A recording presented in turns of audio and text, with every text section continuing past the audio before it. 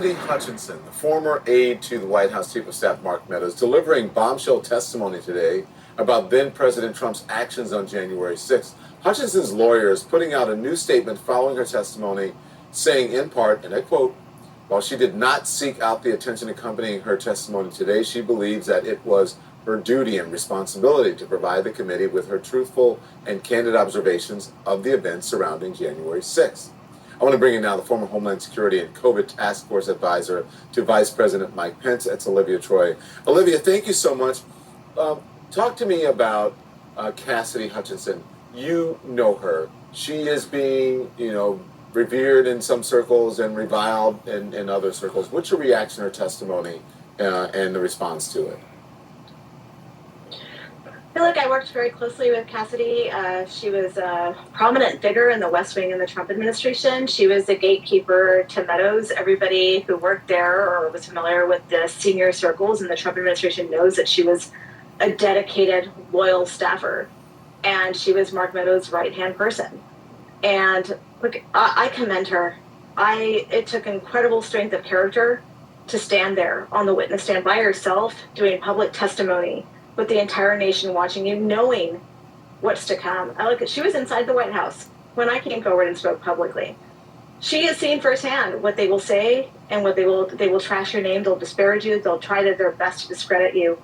But there's no discrediting Cassidy because she worked in Republican circles. This is her life, this is her career thus far, and she took a stand for our country regardless of that, regardless of personal cost to her. And I commend her. I commend her bravery, and I commend her ability to stand there on her own when so many others have cowered and will not do that. They will not tell the truth about what happened. Do you remember, Olivia, part of the testimony where they put up, it was in the very beginning with the chairman, they put up the map, and she said, oh, but it looks bigger on the map. It's really small, showing how close her office was and Mark Meadows' office to the Oval. And my question is, why is the former president claiming that he, quote, hardly knows her when she has traveled with him, she's close to, in proximity to the Oval Office? You know what I'm saying. Why is he saying, I don't really know her, never really met her? Yeah, it's the typical Donald Trump shtick, right? There's photos of her around. We all worked with her. She is correct. I chuckled. I was in the hearing today there to support her, and when I heard her say that, I chuckled to myself because she's correct.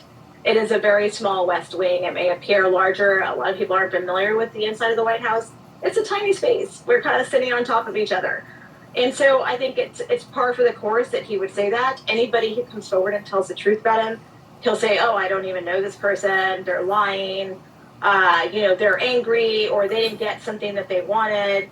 That's just what he does. It's an attempt to spread disinformation and discredit someone who is a very credible witness who is telling the truth that is what I would say significantly damning as a firsthand testimony of who this man is.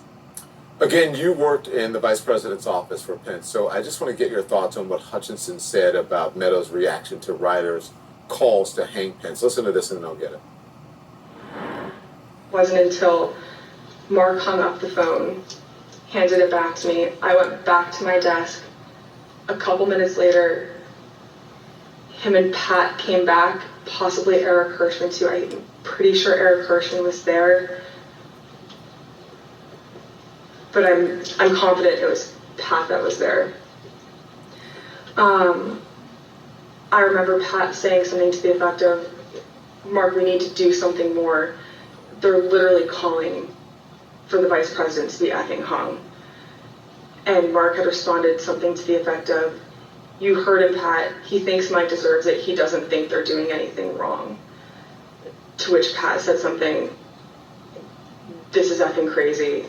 We need to be doing something more. Briefly stepped into Mark's office. And when Mark had said something to the effect of, he doesn't think they're doing anything wrong, knowing what I had heard briefly in the dining room, coupled with Pat discussing the hang Mike Pence chants in the lobby of our office, and then Mark's response, I understood there to be the rioters in the Capitol that were chanting for the vice president to be hung. Olivia, what did you think when you heard that? was infuriating and astonishing. Like, you may not agree with Mike Pence's politics, but the fact of the matter is that there are internal discussions happening in the White House, in the People's House, about someone coming forward, like Pat Cipollone, who I worked closely with, I know him, and saying, hey, the Vice President of the United States' life is in danger. They are calling to hang him.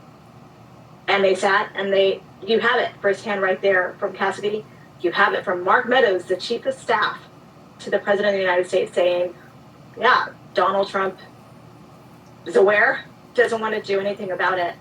That is an incredible amount of dereliction of duty, which has been said, but never, look, I am a career national security person who has served this country for almost 20 years, and I never thought I'd ever see the day where there would be a president of the United States just giving fair pass to the fact that his own vice president, who is very loyal to him, extremely loyal to him until the end, his life's in danger, doesn't care, won't do anything about it.